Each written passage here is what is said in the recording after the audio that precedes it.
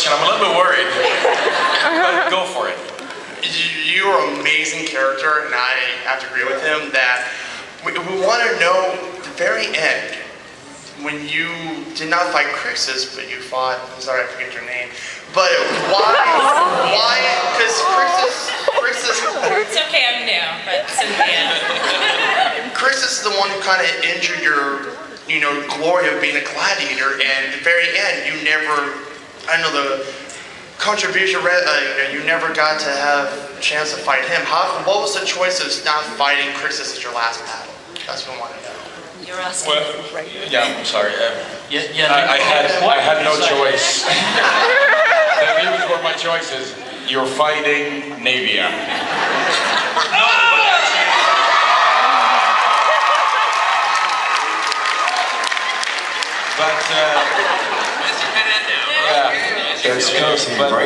I just have to say, actually, also as well, Cynthia did an amazing job, really, especially with the fights and the emotion.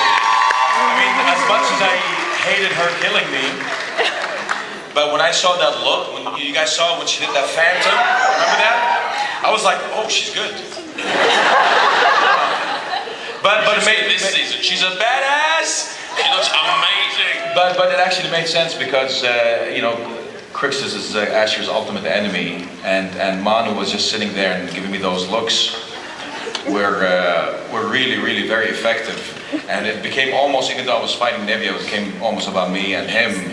It was always about me and him, and I thought it was actually more powerful because I didn't have a chance to fight him, and it only ended up just being that that thing that. Well, I think symbolically, Navia is the heart of Crixus, so if he stabbed her, it would be all over anyway. So that was kind of like, yeah.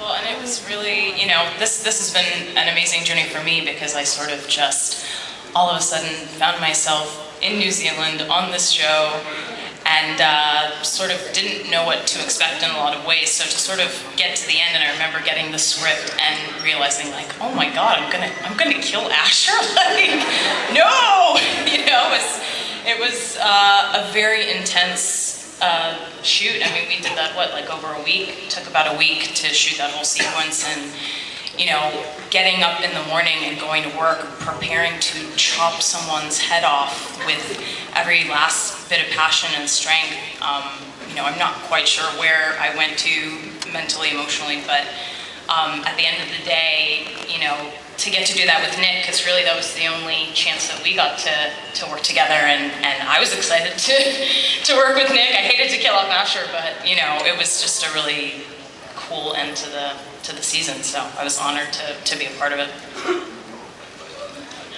Hi guys, I come from Brazil to see you. I'm a huge fan, so I'd like to know, how does it feel to do the season finale of a huge show like Spartacus? Because I already miss you. I think it was, what was the death count in that episode? It's like every 2 pages someone was dead. It was like we beat Game of Thrones, that's all. Yeah, we slaughtered a lot.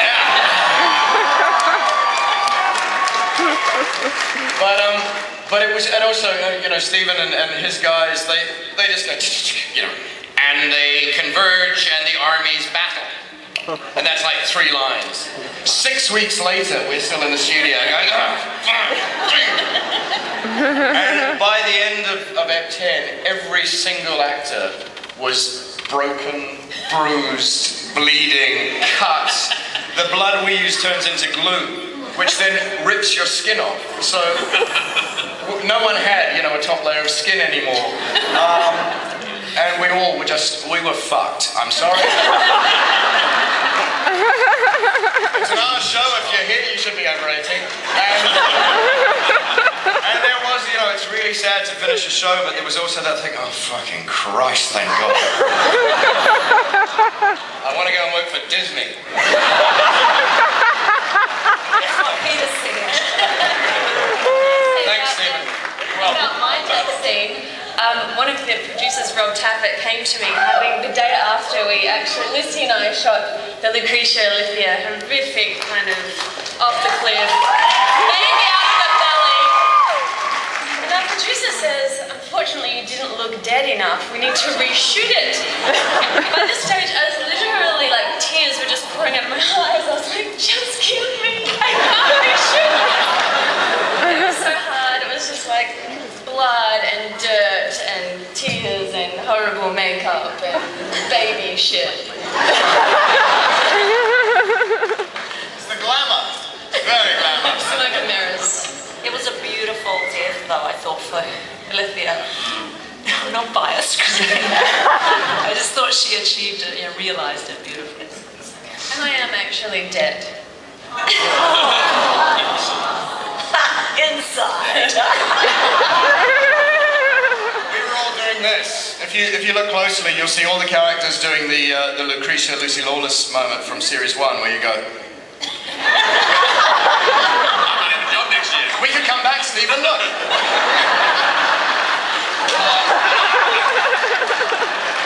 Sword swallower in a previous life, easy.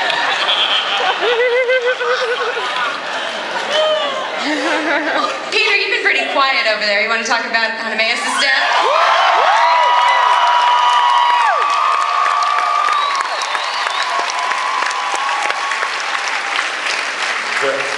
The thing is, I'm dead. Thank you guys so much. It was a great experience. That death scene couldn't have been any better. Hymenaeus is a warrior first, and he died fighting, trying to save his best friend, and he was looking forward to seeing his wife. Thank you, Stephen. It couldn't have been any better.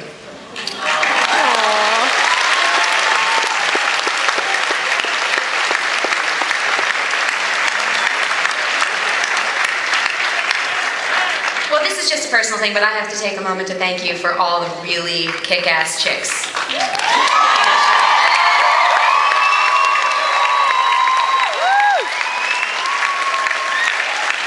Ladies, you want to comment on that at all? Because there are some seriously strong women in the show.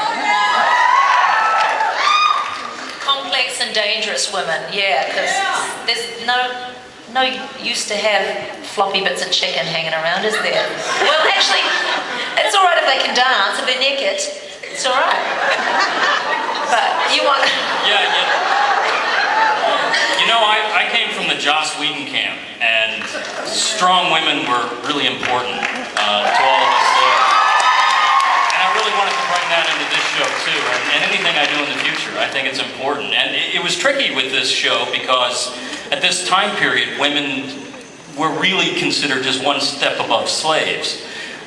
But with some brilliant performances, especially with Lucy and Viva, what they did with those characters that didn't have a lot of rights, but still were incredibly powerful, was just phenomenal. It was a joy to write for you too. Thanks for giving me.